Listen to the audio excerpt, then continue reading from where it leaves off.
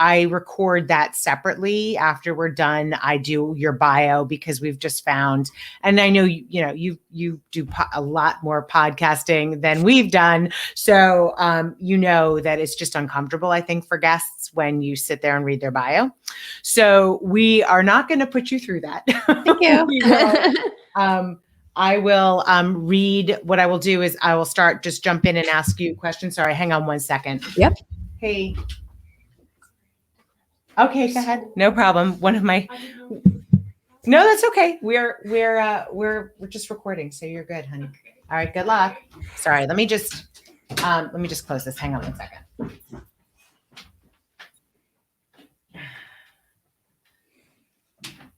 Okay. I have one of my kids is in full-time in-person school because her school is small enough that they can socially distance them. The other one is schooling from home. So yeah, I get it. How old are your kids? I have a 13-year-old and a 15-year-old. Nice. So, and you have 4, right? I have 2 13-year-olds and a 7-year-old and a 6-year-old. Oh my goodness. Wow. You got a full house. Yeah. My son goes to boarding school, so that does make things easier, but now he's home. So yeah. Yeah. So so the boarding schools aren't open. They are, but it's spring break. Oh, okay. Gotcha. All right. Okay. So what I'll do is I'll just welcome you and then we'll jump into the questions. Great. All right. Well, welcome to the show today, everyone. And Zibby, thank you so much for being here. Thanks for having me. I'm so excited. We are too. So I am so astounded by all of the stuff that you have done just since the pandemic started, right? You seem to have dialed up while a lot of people were kind of just trying to figure out how to make it through the day. You seem to have launched so many different things to help your audience, right? So can you start, before we go into all of the amazing things that you are doing now, can you talk a little bit about what the podcast is and, how it's going, how it's evolved? Well, my podcast is Moms Don't Have Time to Read Books, and I started it completely on a lark. I was writing some parenting essays, and my husband said, you should really try to make a book of parenting essays. And I said, oh, moms don't have time to read books. And I was like, oh, that's so funny. I'll just make that the title. I ended up not doing that book, but I did have the title, and a friend said, you should start a podcast. So I used the title to start the podcast. And then it has evolved from there. I decided to do author interviews, and I started with one a week with a couple authors that I knew.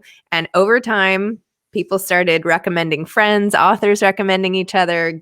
Somebody from preschool's friend is a writer, and it just built from there completely organically. And it's been amazing. And I did a bunch, as you mentioned in our pre-talk, a bunch of in-person events at the beginning, which I think really helped me grow the podcast. So now I do it 5 to 7 times a week. And I've done over 600 episodes. Oh my God. Wait, you're doing 5 to 7 podcasts per week? Yeah. That's unbelievable. And you've had amazing people on your podcast. You had Andre Agassi, you've had, people who've written books. Can you talk about, you were named New York City's most powerful book influencer. What is it about books that are important to you?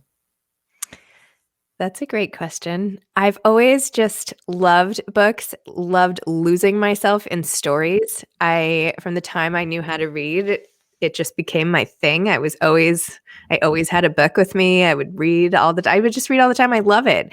I really am interested in sort of understanding what other people are thinking, and I am curious about that. So I find the answers a lot of the time in books and in conversation, which are the 2 things I do the most, like read and talk to people. So I don't know. It's just something that it comes from this curiosity about other people. And have you always liked to read? Is this something that since you were a child, take us back a little bit. How was this part of ultimately your future that, from a young child, you knew that this is potentially where you were going? From a young age, I always wanted to be a writer. Mhm. So I started writing as soon as I could write. And Mhm. when I was 9, my grandparents published like a little miniature book of my stories, and then another one in high school. And I started writing for magazines when I was 16. And I've just always loved writing. It's a way I sort out my own thoughts. It comes very easily to me to write personal essays. And I just love it. So I've always loved writing and reading. And, my dream as a little girl was to be like the youngest published author ever, and here I am, 44 and like still trying, but that's okay. Well, you did publish a book, so I referenced the fact that you have been so busy and you've had so much going on since the pandemic started. You launched when the pandemic started, you were trying to make sure you could find ways for people to stay connected to reading. So you launched a virtual book club. You launched a book, and that the book just came out, right? It just recently came out in February, and you launched an online magazine. So you got busier than ever. Can you talk a little bit about what prompted, so first, what each of those things are, and then what prompted you to kind of lean into this during the pandemic? Sure. So, as I mentioned before, I was doing the podcast and I was doing in person events. And when the pandemic hit, I felt that I was really well set up to help all the authors who were about to have their book tours cut short or canceled altogether and just have Mhm. books coming out into a landscape that was completely unknown. And because I had spent the previous 2 years all day talking to authors and getting to know about them and their journeys, it like I felt like it was happening to me. Like, oh my gosh, I feel terrible for these authors. What can I do? And Mhm. literally as soon as I really got settled with the kids and like our plan and everything, I was like, I have to help. I have to do this. Like Mhm. I can't go to a hospital, and I'm not a doctor. I can't help anything. So I sort of channeled all of the anxiety and uncertainty into doubling down on how I could help. So Mhm. and because I have a tiny, tiny team, I could pivot really easily and just Mhm. do what I wanted, basically. So I was literally outside here on the trampoline with my kids, and I was like, I'm going to just start interviewing any author who needs space to talk. So I Mhm. started this Instagram live show, and every day at 11 for months, I interviewed usually 3 to 5 authors about their book just for 10 minutes each, just to give them a show or a platform or whatever. And it Mhm. turned out that the authors appreciated it. Yes, I certainly appreciated it. But I ended up forming this online community of people, not just the people who used to come to my apartment in New York City, but people all over the world who needed some structure and community in that time. So I Mhm. ended up actually becoming the face to some people of the chaos. And I would talk about it really openly Mhm. with the authors. So Mhm. I started that. I did another show on the weekends with my husband. I replaced the salons with a virtual book club because a girlfriend was Mhm. like, why don't you just take this online? And I was like, Mhm. okay. So my book club was half book club discussion, but then half with the authors. And I still do that Mhm. now every other week. That's amazing. The online magazine became the book. Mhm. So I didn't like do 2 different things just to spare, that misconception, or put that one to bed. But yes, I did launch a bunch of essays. I put them on my website. I called it We Found Time, an online magazine, which I, by the way, that was the plan before the pandemic, was that I was doing all these essays. So I had many contracts already in place. But when it started, I just threw them up on my own website and just kept getting them out into the world, nothing fancy. And it wasn't until after I stopped the magazine that I realized I had enough for a book. Yeah. Yeah. I mean, that's amazing. And so, when I hear you talk, it makes me feel like what you do is you connect readers to authors. And, you have this passion for the authors because you can empathize with, what they were going through when the pandemic started and book tours being canceled. So helping them to get their content and their stories in front of readers who, of course, you also empathize with the fact that a lot of women, moms, do not really have time to read, and that's the whole point of how you originally named your podcast. So, can you talk about for yourself, how this evolution has happened, because you started with the podcast and you were interviewing these authors. Now you are an author. Can you talk about how that evolution happened for you? Well, I know I'm called an author, and that's really nice. But, as my mother always likes to say, well, that book with like that all the other people wrote, So I'm like, I know. I feel like I'm more of a curator of this collection than, and I did write a bunch of the essays in the book, so that's good. Yeah. But I did work with other editors. So Claire Gibson, Alyssa Altman, and Carolyn Murnick helped me edit all of the essays. And of course, I read them all and made sure they were okay and made some of my own tweaks. But I did edit and curate the collection. But it's been really great, honestly, and given me even more, not just feeling like I can put myself in someone's shoes, but actually I get it now that I've had a book come out, what this is like. And I'm still trying to figure out and learn and optimize this experience now that I'm going through it, even as an anthology editor, author, whatever. And I've actually recently started this fellowship to help 4 debut women memoirists get their books out into the world.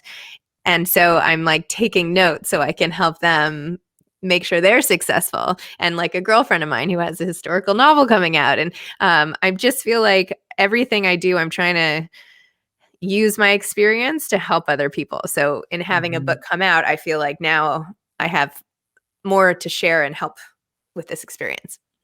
What is the value for moms? So as you said, moms, it's difficult. You've got so much going on in any given day, and it's important for us to take time to read.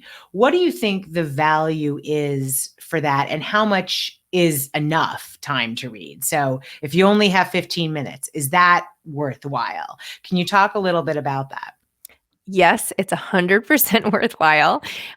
You don't need that much time to read. You can read an essay in 5 minutes. Even on Medium, it tells you 2-minute read. Like, go read for 2 minutes. Yeah. I think it's the fastest, easiest way to get out of your own head and into someone else's and just put your own issues at bay. I don't have time to like take a shower. I don't have time to work out a lot. I want to, I should. I know. But I do have time to just literally crack open a book and read a few pages, read a chapter.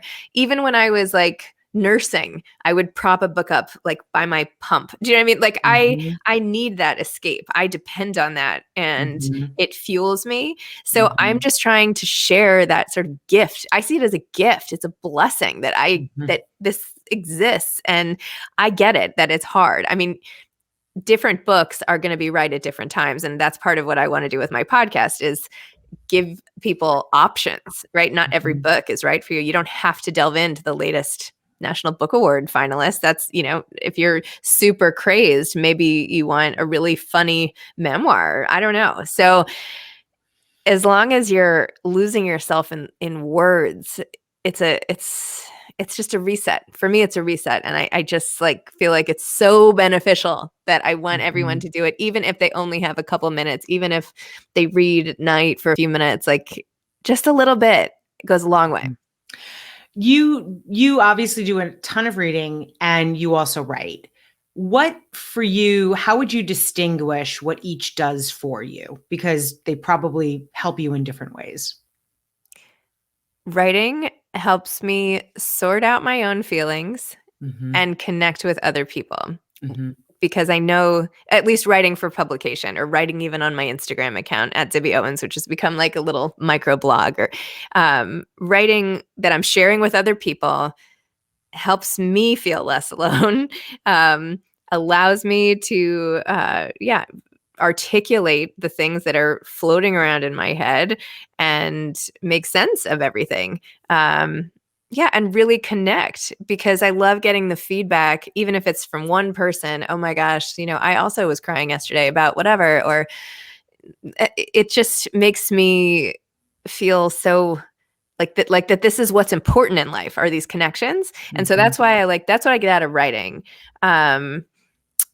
Reading is my sort of intake, right? If writing is the outtake, reading is how I take in other people, stop my own train of thought, and really escape, and also to learn. I mean, I love, now that I read so much, I'm analyzing what makes a book worth, like, what makes it work, what is this author doing. I never used to read like that. I was like, what do you mean authors just like write? What do you mean analyze?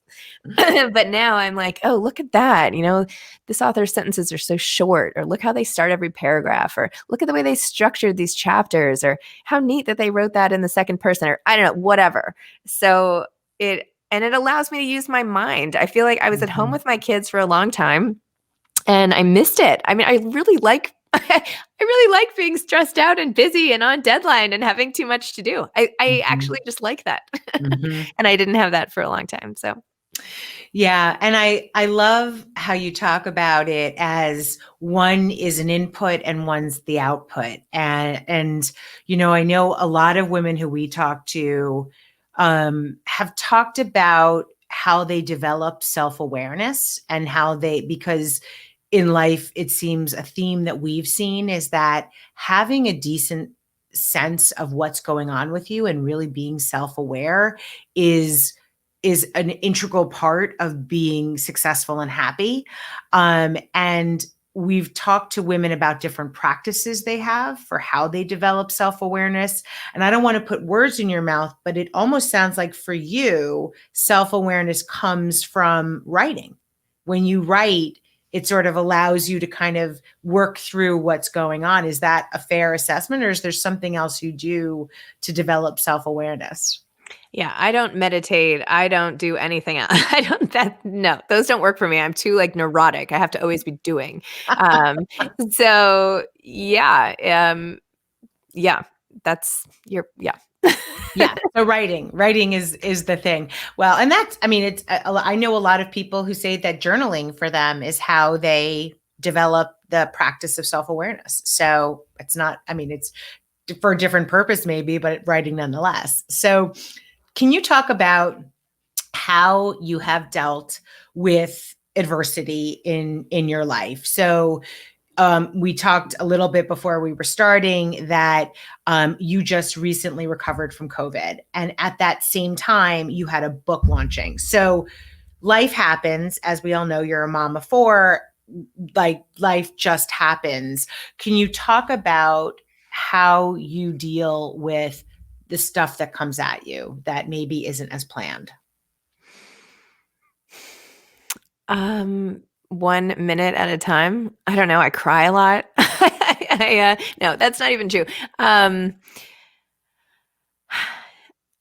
do I deal with adversity when it comes to me? I guess in different ways at different times. Every situation I feel like requires a different response. I think in general, I've gone through a lot, as many of us have by this age or even younger. I've had a lot of loss and excuse me. I feel like this is a lingering thing. This never used to happen to me, this like cough thing. So anyway, yeah. I feel like I am just really lucky. I'm lucky in so many ways, and I'm very, very aware of that. I'm lucky that I'm alive and that I'm generally healthy. And every time that I'm going through something bad, my sort of mantra is it could always be worse. Like that's how I just think about everything. It could always be worse. Like, yes, I'm in bed with COVID, but thank God my oxygen level is high. Or yes, I'm in bed for 9 days, but thank God I'm not, thank God I wasn't 19 days. And, everything is just put it in context. Yeah. I thank God that my kids could go to my ex-husband's house. Thank God that they're not sick. Thank God my husband's not sick. Thank God. So I try to just like flip it around and feel very grateful no matter what. And that really helps me. And I really mean it because I mean, I have many friends who I've lost along the way who have died in these horrible ways. And, I've just had a lot of loss and grief, and I'm very aware of how short life is, and it's something that I'm aware of every day. It's not just like an abstract concept. And every day I feel like I'm fighting against time when my clock will run out, and so I'm trying to like cram it all in. So that's sort of how I do it. Well, and you mentioned that you've had other loss, and I know that you wrote about the fact that many years ago during 9/11 you lost a very good friend, and you decided to write about that experience and write about it Mm. publicly. And at the time, were you in business school when that was happening? Okay. I was. So can you talk a little bit about that, that experience of, like, I guess, working through, is the writing the thing that helps you kind of work through and process what has happened? Um, I don't know then if it was, I mean, I guess a little bit. Yes, it always helps me process a little bit. But back then, I wrote about it. I had already started writing for the school paper like the day I got to business school. And I was writing personal essays from the start, which already people at school were just like, "Are you sure you want to be like putting your whole?" Everybody, not everybody. Many people were very consumed with like projecting the right image and Mhm, their brand and networking and this and that. And I was just like, okay, here I am, here's how nervous I was the first day of school. I'm very open like that. mhm, And in that environment, I think, people were a little skeptical of what I was doing and why. So then 2 weeks later, when 9/11 hit, I already had basically a column and mhm, I just had to tell everybody what it was like. I mean, mhm, not that many had a really close friend who had been involved. mhm, Everybody knew people tangentially, but I was mhm, at the age where a lot of people were working down there, and mhm, um, I just couldn't believe my life in that classroom and what I mhm, was going through while sitting there mhm, versus some other people. And obviously, it's something that happened to everybody, right? Everybody had mhm, a reaction to it and everything. But at least I mhm, just wanted to share my own experience because mhm. I honestly couldn't even believe it was happening. So. Yeah. Yeah, and I will say, just personally, I worked down in the World Financial Center during 9/11, and what was obviously downtown during 9/11, and it has been, no question, one of the most transformative thing that has happened in my life. My team, we talk still about how that experience affected us, and it's such an interesting thing too when you think about it. And you have someone very dear to you that you lost during 9/11, so you can also understand that for those of us who were down there experiencing it, trying to get out and all of that, that is something that it just stays with you. And but you also look at people around the country, and although of course people understood that it was, just a horrible, horrific event, it is very different experience for people depending on how they experienced it, right? And so the fact that it stays with you, and I still can't look at footage from 9/11. It just is something I can't really do.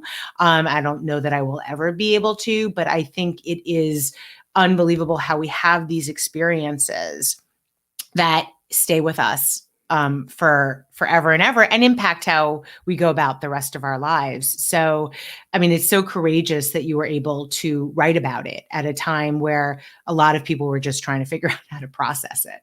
So, what a gift that you were able, that you brought that to people, because I know people have, really grappled with it. So in terms of, now thinking about where you're going to go next with you've got the podcast, you are publishing the books. Did I also hear that you have a children's book, a series coming out? Can you talk a little bit about that? Sure. Well, first of all, I have another anthology coming out November 2nd, Oh, called wow. Moms Don't Have Time to Have Kids, which I thought was really funny. Um, and both essay collections focused on 5 different topics. So this one was Moms Don't Have Time to Sleep. No, sorry. This one was Moms Don't Have Time to Read, Eat, Work Out, Breathe, and Have Sex. And the next one is going to be Moms Don't Have Time to Sleep, Lose Weight, Write, See Friends, and Get Sick. Did I say get sick twice? Anyway, No, you so said that's that was once. okay. So that's coming out November 2nd. And then in Wow. March of next year, um, Princess Charming is coming out. That's from Penguin Random House, an imprint called Flamingo. And it's being illustrated by Holly Haddam, who's like a genius. I'm so excited about it. So that's in March-ish, probably. And that's a 2-book deal. So I'll do another Princess Charming book as well. So that's a children's book series. It's a picture book. Yeah, like a children's that's book. wonderful. That's amazing. How did that come about? Did you know that you had a children's book in you? No, that was so random. Everything that's happened has been so random and like fortuitous. It's just this crazy thing. So an author I had on the podcast, Karen Duquesne, introduced me to a friend of hers and said, my friend is starting her own imprint at Penguin Random House, and she's this amazing editor. Would you want to talk to her? And I was like, of course. She's like, have you ever written a children's book? And I've written a lot of children's books just because I have kids. And so I do it in like 5 minutes, not like a real children's book, right? But I'm just always typing, blah, blah, blah. So the day I was supposed to go to that meeting, one of my kids was homesick. And I was telling my husband, I was like, oh my gosh, I'm going to have to cancel. I was really looking forward to going to Penguin Random House and, this whole thing. And he was like, well, why don't you just invite the editor over for lunch? And I was like, here with like my kid sick upstairs and whatever. And he's like, sure, why not? Maybe she would love that. I was like, okay. Anyway, so I had Margaret Anastas over for lunch, and she was thrilled to get out of the office and come. And we sat at my dining room table, and she took out this picture of a character, and she said, this is Princess Charming. What would you do? Would you like to take a stab at this? What book would you write about her if this is what she looked like and that was her name? Would you want to try? And I was like, sure, I'd be happy to try. So we like literally went back to our salads, and then 2 seconds later, I was like, okay, here's how I would do it. And she loved it. And she's like, oh, that's brilliant. Let's do it that way. And then she literally, like, I grabbed a notepad from the kitchen and a pen, and she showed me on a notepad how to write a children's book for her, and like how many pages and which page to start on and about how much text. And then I just like typed it up that night. And it was so easy and fast and fun. And we went through a couple drafts, and I went down finally to the office with my laptop, and we sat there and finished it. And it's been great. It's just been so easy and fun. That's amazing. So it basically just kind of tumbled out of you quickly. It was in there. Yeah. And then, well, I mean, it's not that many words. It's a children's book, right? So yeah. And I knew the story. And I mean, I had to try it a few times. The first time I wrote it, she told me I wrote it for a much older audience. I was kind of writing it for my older kids instead of my younger kids. So then I rewrote it again. But again, it doesn't take that long. Right. Like, I've written many novels that have not sold, and I've written other books and other book proposals that have not sold. And so to write a children's book compared to all that seems like a very doable thing. Yeah. So what is your favorite part of what you get to do? What's your favorite part of your job? Meeting amazing people and having great conversations. I mean, what a gift. It's just amazing. Like, even today, look at this. Like, now I've connected with you. You're so nice and interesting. And I haven't even gotten a chance to hear about like how you started this whole business and more about She Speaks and everything. Like, now I'm like totally curious and want to have the other half of our conversation. Right. And now I'll know you in the world, and how great is that? And and your experience at 9/11, like that was like, who knew? I don't know. I just love meeting new people. And but like on this level, not like at a cocktail party where you don't really talk. Yeah. Well, you know what? Also, when you were just talking, I was thinking to myself, you're a very curious person, and I think that I should say you seem to be a very. You are, and there's a magic in that curiosity that you seem to be able to fill that by meeting and talking to people, right? That there's that connection that you build by doing this and learning about people. So I'm with you. I love that. I love that part of getting to talk to women like you. I mean, it's just, I'm always so incredibly inspired by meeting people like you. So that fills in me like, oh, it's an inspiration, right? So everyone gets their inspiration differently. What do you think your superpower is? A girlfriend of mine recently told me that my superpower was connecting, being able to connect people to books, people to each other, me with people. I just love that. So I guess I'll go with that. So connecting is being able to connect people and things and like forge a deep connection. And And then maybe I would say listening, because I really, really love listening to what people have to say and learning more about them. So not that that's so hard, but I think listening and connecting, Yeah. maybe. And in terms of, what you're most proud of that you've accomplished, because I mean, you've done so much and have so much to be proud of. What could you pick something that you would say you're most proud of? I'm really proud of how I helped people during the beginning of the pandemic. I feel like I met a need and it was a unique time and place. So I'm proud of that. I'm also proud of the fact that Katie Couric just interviewed me the other day, and it was like insanely amazing for 45 minutes. Oh my God, that's amazing. When is that coming out? It came out. It just came out. Okay. We did an Instagram live this week, and then she posted it on her website, like her newsletter, and she featured me 2 days in a row, and we became like instant friends, and now we've been emailing all week, and it's like a dream come true. It was like a true life highlight. Like a pinch me moment. I just like finished the Instagram live and sat back and I was just like, I cannot believe that just happened. I love that. I mean, that's amazing. What a wonderful thing to have happen and to get that kind of recognition. Congratulations. That's Thank awesome. you. Thank you. It was really cool. So what is next for you?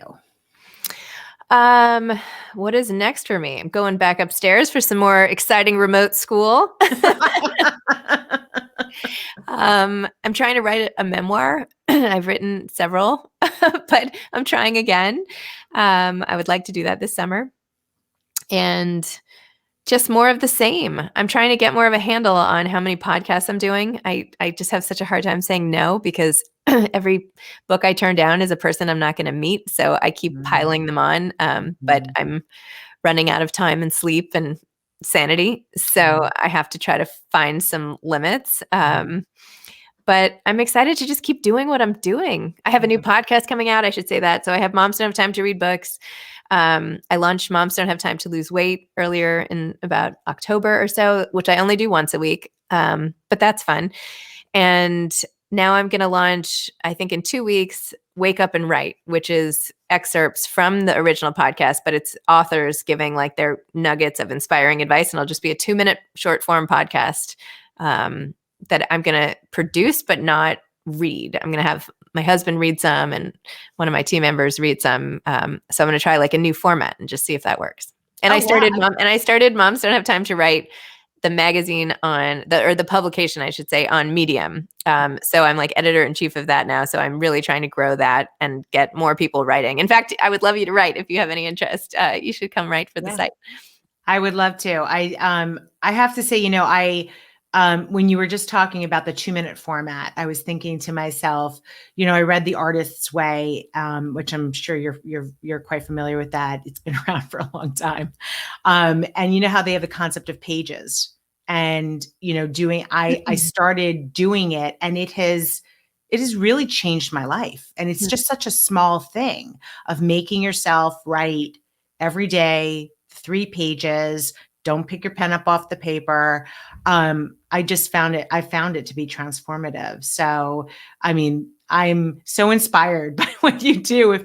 If people want to follow you because you've got a lot going on, what's the best place that they can follow you?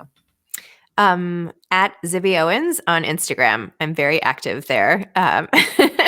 And if they want to follow the podcast and all those guests, it's at Moms Don't Have Time to Read Books. But at Zibby Owens on Instagram, you'll get a lot of stuff. And then my website is zibbyowens.com. And I have a newsletter and I have events on my website and stuff about the fellowship and the magazine and the podcast. And that's sort of the best stopping point. Awesome. Well, thank you so much, Zibby. I really appreciate you taking the time. I know you've got so much going on. So thank you for taking the time to talk to us today. Thank you for having me. Okay. Stephanie, was the audio okay? Yes, audio is perfect. So I forgot to say that I'm donating all the proceeds of the book. Should I even mention that? Or, I mean, you could mention it in your introduction or something. You're donating the proceeds of the book, the anthology? Yeah, to COVID research.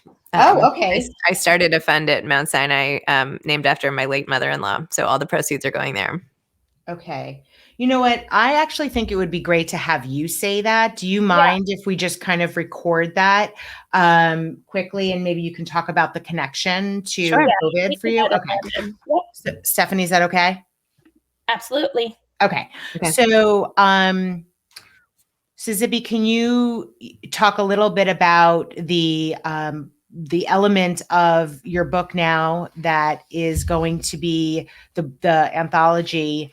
Sorry, why don't I just let you say it? Okay. Okay, sure. Go for it, and we'll edit it to make it sound beautiful. Okay. So the irony of the fact that I got COVID during my book launch is that I'm actually donating all the proceeds of my book to COVID research. I lost my mother-in-law in a horrific sort of 6-week illness and battle with COVID that she lost, even though she was 63 and in perfect health and all the rest. And it was terrible. So after that, and she got it from her mother who had passed away right before her, I decided to start a program at Mount Sinai Medical Center or Mount Sinai Health System, where I'm on the board, called the Susan Felice Owens Program for COVID-19 Vaccine Research. So all proceeds of the book are going there, and my book launch was a fundraiser for that. And I'm doing all sorts of new initiatives to try to raise money. And Mount Sinai is developing a vaccine for developing nations, which is low cost and administered once through the nose and can be stored at higher temperatures. So I'm really trying to get behind that and spare other families from going through what we went through. That's awesome. Okay, I think we can edit that in. Thank you for doing that. I think it just is so much more heartfelt coming from you. So I wanted you to have a chance to say it. Okay, so the sound was good. Thank you for doing this. Thank you. And I want to hear more about She Speaks and all the stuff that you guys are doing. It sounds amazing. I mean, you've built such an amazing community and enterprise and everything. It's awesome. Yeah, it's interesting because there are, you are somebody who, really understands and kind of relates to the authors and they're creators in their own right. And we have a community of different kinds of creators, right? These are influencers who have built a following because they're creating content about their lives. I mean, it's different kind of content, but it's really, I'm very inspired by what they do. And, the fact that we get to, for our influencers, because we connect them with the brands that we work with who pay them to do their content, we love that we're giving women a chance to earn money, because that's been especially important during COVID, but it's always important, but it's been especially important during COVID. So, really we see our job as building a stage for women and handing her the microphone. That's kind of the long and short of it. And that's kind of what we do every day, is to try to make sure there's an audience for hearing everything that's going on with women, because, we have a soft spot for women. So, well, if any brands want to sponsor me, let me know. I'm all in. I actually think there could. So Christy, that's one of the things. So is Christy still working with you? Not really. She kind of did a consulting project. She did. We're still in touch. Because one of the things that she talked about was about maybe hooking you up with. So we also work with. Do you know who Eve Rodsky is? The author of Fair Play. So, a friend of mine. Yeah. Eve's been on the podcast, and I don't know if you know, but her book is a joint venture with Hello Sunshine. Mm-hmm, I know. So, there'd be they're doing some really interesting stuff, and partnership with brands is a big part of it. I think there could be some great stuff that you do with brands, especially some of the brands that are really focusing on women. So like Walgreens, the Boots Alliance, do you know the Boots number 7? Do you know what that is? Are you on LinkedIn? Sort of. Okay. I mean, yes. But it's not, yeah, I'm on there. Why don't I'm going to send you, I'm assuming that we have your email address. I'm going to send you some information about this, because there are a couple of, I do think that there could be some great partnership things. We also work with publishers. We work with St. Martin's Press and some other publishers to do virtual book clubs that we've been doing for years. Not in the way that you do them, but we'll have like a couple thousand people who get a book, they read it, they talk about it, they create content. Like yesterday, I did a Facebook Live with an author, and then all the people who are reading that book came and they were able to ask her questions. So it's a different format than what you've been doing. But I do think that, and it's interesting because the publishers have been asking me like, what brands can you hook us up with? Like who could we partner with? And I think because right now you're in the women's space, it is a space that a lot of the brands want to kind of lean into in a bigger way. So I do think that there could be some things. So let us do some thinking. The other, do you take ads on your podcast? You do. Okay. So that's good to know because, maybe we can, Stephanie, if we could just maybe take a note that we should get like just information about your pricing, so that we can maybe connect you with some of the brands we work with, because they want to access your audience. So if there's anything like, let's get some information from you, and we're happy to kind of include it in the packages that we sell into our clients. So if, I'm assuming you have like a media like kit or something you can share with us, or somebody on your team can share that with us so that we can just know, okay, this is what they'll get. I would love to be able to do that. That would be amazing. Yeah, I would love that. I've just started work. Have you heard of OSA Collective? It's a women's podcasting network. So I'm involved with them, and they, help me from time to time. It's not exclusive or anything, but they'll say like, hey, would you want to partner with Faherty Brand? And I'll be like, yes, I love Faherty Brand. And then they'll say, okay, well, they've just bought, 10 ads and here's your payment for that. And I'm like, great. So that's awesome. how What's the name of the network? OSA, OSSA. Wait a second. Is that Marla Isaacson? I think she used to work with me at American Express. Oh, I know. I haven't heard of her. I work with Lori Lefcourt over there and Shannon. I haven't heard of Marla. I mean, I've heard of the name Marla Isaacson. Maybe she founded it or something, but isn't involved. I don't know. Okay. But anyway, that's my main source of how I sell ads. And then I have Audible has been a sponsor for like over a year. But yeah, I'm looking for like bigger partnerships so I can just like, I'd love to just like help one brand. Do you know what I mean? Like instead of like doing all these things, just like have like a long-term thing where like something I really care about, or I don't know, that I can like help. I don't know. That's my dream. Yeah. I just looked it up while you're talking. It is Marla. Marla Isaacson is the founder and CEO of OSA. Oh. So I will, I actually thought about that recently. I saw her post something. I was like, I should reach out to Marla and see if we can help funnel some stuff her way, because, and I know it's women's focus. So it's right up our alley. Yeah.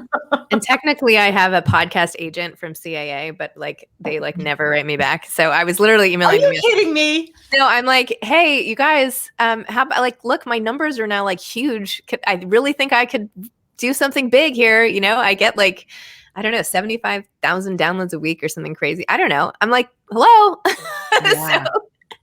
Yeah. No, that's amazing. That's a good number. And we definitely, I have like, I'd love to get the information about your rates. We will definitely, I think there's absolutely opportunity for us to hook you up with some advertising from our clients. We're happy to do that. And maybe we can figure out some like innovative things that you could do as part of that. Mm-hmm. I think audio is just such a compelling format. So are you on Clubhouse too? I just got on Clubhouse. I haven't done anything on it, but I'm on it, and I'm doing a Clubhouse event with somebody next week. So I have to like get to know it before then, but yes, you would be fantastic on Clubhouse. It's all audio, but I think, even just having some of the authors on, like you could probably, leverage what you're already doing, but do it there and build an audience like pretty quickly there. So I know. It's like, I don't want to add another thing. No, you're right. I should. It's in the back of my head. It's just like Goodreads and Clubhouse. And I know. LinkedIn, it's a lot. And I know I'm like trying to be everywhere. It's just, I'm only one person. So exactly. I'm trying. Exactly. Well, I would thank you so much for doing this. I would be, and also I'm happy. I don't know if you mentioned that you are doing something on Medium. I'd be happy to do some writing if that's please do. I would love that. I would love so it. just tell me what you guys are looking for, and I'd be happy to do that. We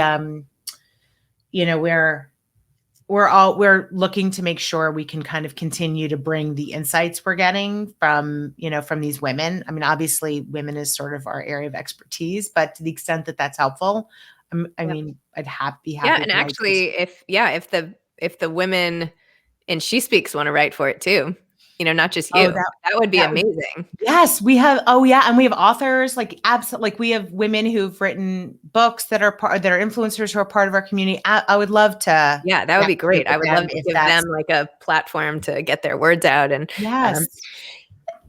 Excuse me. So, all right, great. Well, we'll follow up on that, and we'll also follow up on the advertising stuff. And bless you. Okay. I'll send you a media kit. It's very rudimentary. It's fine. As long as we have something that we can just use. And I can send you some recent download statistics and all that. Okay. Awesome. Zibby, thank you so much. All right, it was so nice to meet you. Enjoy the rest of your day. Okay, you too. Bye-bye. Bye. Okay. Well, that was good. That was good.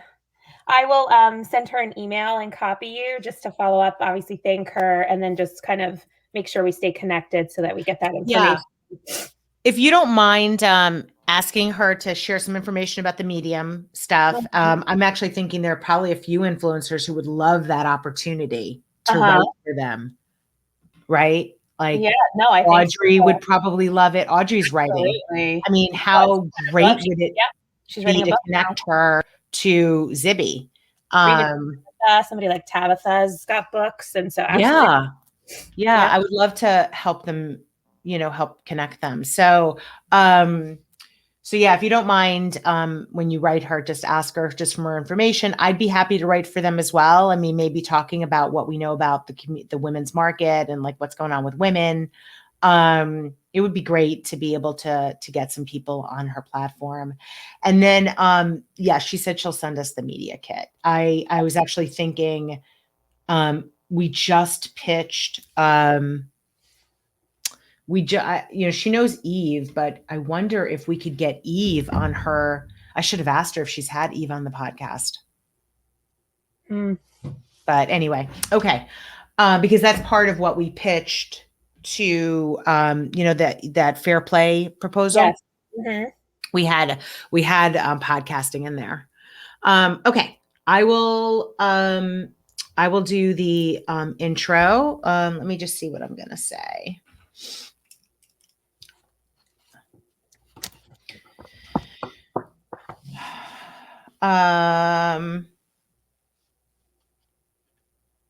Okay. You're good. Ready? Ready when you are. Okay.